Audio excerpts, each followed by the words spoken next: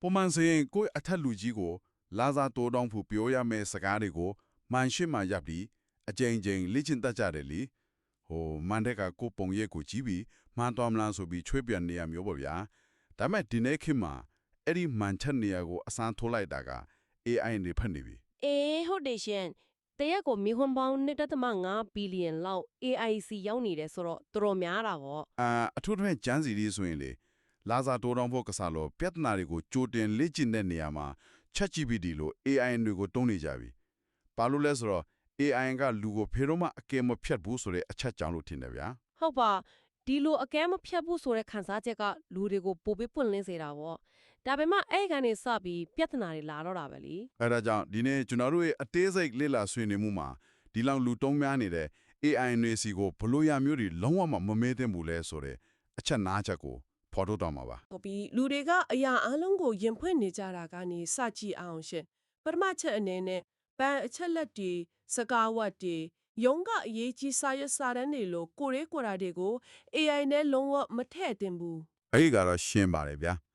AI ထက်ကိုရေးကိုတာအချက်လက်တွေထဲတာဟာဘလို့ဖြစ်နေလဲဆိုရင်လူစီကားတဲ့အခန်းထဲမှာကိုလူပဲကိုအော်ပြောနေတာနဲ့အတူတူပဲဖြစ်နေမယ်တိကျလိုက်တာ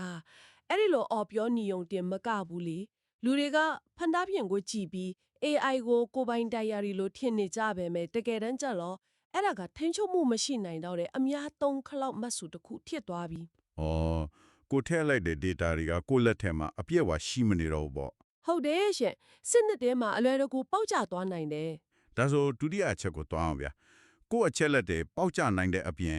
ဒီ AI ရဲ့တဘာဝကိုနားမလဲပဲဆရာဝန်တယောက်လိုအားကိုမြင်ပို့ဆိုးတဲ့အန်တယ်ရှိသေးတယ်လို့သိရတယ်။မှန်ပါပေါ့။လူတွေက AI ကိုစိတ်ကြမ်းမာရေးနဲ့စိတ်ဘက်ဆိုင်ရာကုထုံးတွေအထက်အများဆုံးသုံးနေကြတယ်လို့ဆိုတယ်။ဒါပေမဲ့ယောဂရှာဖွေဖို့အတွက်တော့လုံးဝမသုံးသင့်ဘူးလို့ကျွမ်းကျင်သူတွေကစတိပေးထားတယ်။နေပေါင်းဒီနေရာမှာစဉ်းစားကြည့်အောင်လေဒီ AI တွေကစေပညာစာအုပ်တွေဝေါ်ဟာရတွေအကုန်လုံးကိုဖတ်ထားပြီးသားဆိုတော့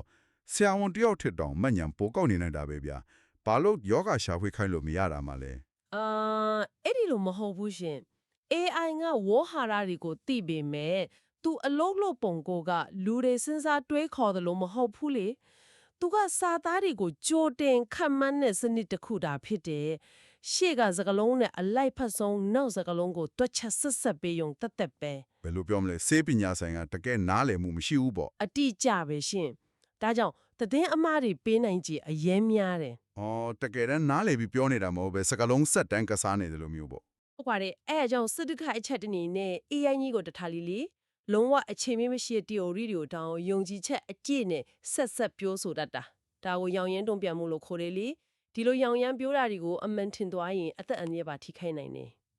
တော်တော်လေးကြောက်စရာကောင်းတာပဲဗျတိတိယအချက်ဖြစ်တဲ့တရားမဝင်တာတွေမင်းရတဲ့ပြဿနာတက်နိုင်တယ်ဆိုတာအဲ့ဒီသဘောပဲလားဟုတ်တယ်ဟက်ကာလုံးနေတော့ဘုံလုံးနေတော့လို့တရားမဝင်မင်းကို AI ကိုကြီးကစောင့်ကြည့်နေတာမျိုးရှိလေအဲ့တော့မသင်္ကာဝယ်ရအထစ်မှတ်သားထားပြီးအရေးယူခံရနိုင်တဲ့အထိပြဿနာချီသွားနိုင်တယ်ရှင်အပြေမပေးတတ်တဲ့အန်ဒီရဲ့ကနေလက်တွေ့ဘဝဆုံးဖြတ်ချက်တီစီကုကြည့်အောင်ဗျအဲ့ဒါကပြင်းစမအချက်ပေါ့အလုတ်ထွက်ဖို့ဒါမှမဟုတ်ချစ်တူနဲ့လမ်းခွဲဖို့လိုမျိုးလူသားတွေရဲ့အရေးကြီးတဲ့ဆုံးဖြတ်ချက်တီကိုပါ AIC မှာအပြေရှာလာကြတယ်တကယ်ကိုစိတ်မကောင်းစရာပဲနော် AI ကအဖြေရှင်းရှင်းလေးပေးနိုင်ပေမဲ့လက်တွေ့ဘဝဆိုတာအဲ့ဒီလောက်မလွယ်ဘူးလीအများတန်းရှုထွေးနေပါရဲ့ဟုတ်တယ်ဗျာတွေးခုံနှုံးမရှိမျက်ရည်မကျဘူးတဲ့စက်တလုံးကို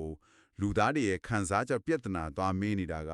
တော်တော်လေးကိုအဓိပ္ပာယ်မဲ့တဲ့ကိစ္စပဲနော်ဒါပေါ့ရှင်လူသားတွေရှုပ်ထွေးတဲ့သမိုင်းကြောင်းတွေဆက်ဆံရေးတွေခံစားချက်နဲ့ဘဝအခြေအနေတွေကို AI ကဘယ်တော့မှနားလည်နိုင်မှာမဟုတ်ပါဘူး။သူကလူတယောက်ရဲ့တကက်အခက်နဲ့နာကျင်မှုကိုဝင်မခံစားနိုင်တဲ့အတွက်အရေးကြီးတဲ့ဆုံးဖြတ်ချက်တွေချဖေးဖို့ဆိုတာမဖြစ်နိုင်ဘူး။ဟုတ်ပါပြီဗျာ။ဒီနေ့ဆွေးနွေးခဲ့တာတွေကိုခြုံနှုံကြည့်ရင် AI ဆိုတာအင်မတန်အသုံးဝင်တဲ့ကိရိယာတစ်ခုဆိုတာညင်းလို့မရပါဘူး။ဒါပေမဲ့သူကဆရာဝန်ဒါမှမဟုတ်ကုတုံးပညာရှင်တော့မဖြစ်နိုင်ဘူးဆိုတာသိကြသွားပြီ။သိကြတာပေါ့။ဒါကြောင့် AIC ကိုအချက်လက်တွေမျှဝေတဲ့အခါကိုထင်ထားတာချက်အများကြီးပိုပြီးရှော့ဝဲများတင့်တယ်လို့အတိပေးခြင်းပါတယ်ဟုတ်တယ်ဗျာအားလုံးကိုဆွေးနွေးပြီးတဲ့နောက်မှာဒီချက်လေးကိုဆက်သွေးကြည့်ခြင်းတယ်အစမှပြောခဲ့သလိုပဲလူတွေကမန်ရှစ်မှာလေ့ကျင့်ရမယ်အစား AIC ပြေးပြီးဇက်တိုက်လေ့ကျင့်နေကြတယ်ဟုတ်ကဲ့အဲ့ဒီတော့စဉ်းစားကြည့်ပါဗျာလူသားရဲ့ရှုပ်ထွေးတဲ့ပြဿနာတွေ ခန်းစားချက်တွေနဲ့အရေးကြီးရဲ့ဆုံးဖြတ်ချက်တွေတိုင်းကို AI စီကြည့်ပြီးအမြဲလွှဲချနေမှာဆိုရင်တစ်ချိန်ချိန်မှာလူအချင်းချင်းစာနာနားလည်နိုင်စွမ်းနဲ့ပြဿနာဖြေရှင်းနိုင်တဲ့အခြေခံလူသားဆန်တဲ့စွမ်းရည်တွေတဖြည်းဖြည်းပျောက်ဆုံးသွားနိုင်မလားဆိုတာပါပဲဒါကတော့စဉ်းစားစရာပါပဲဗျာ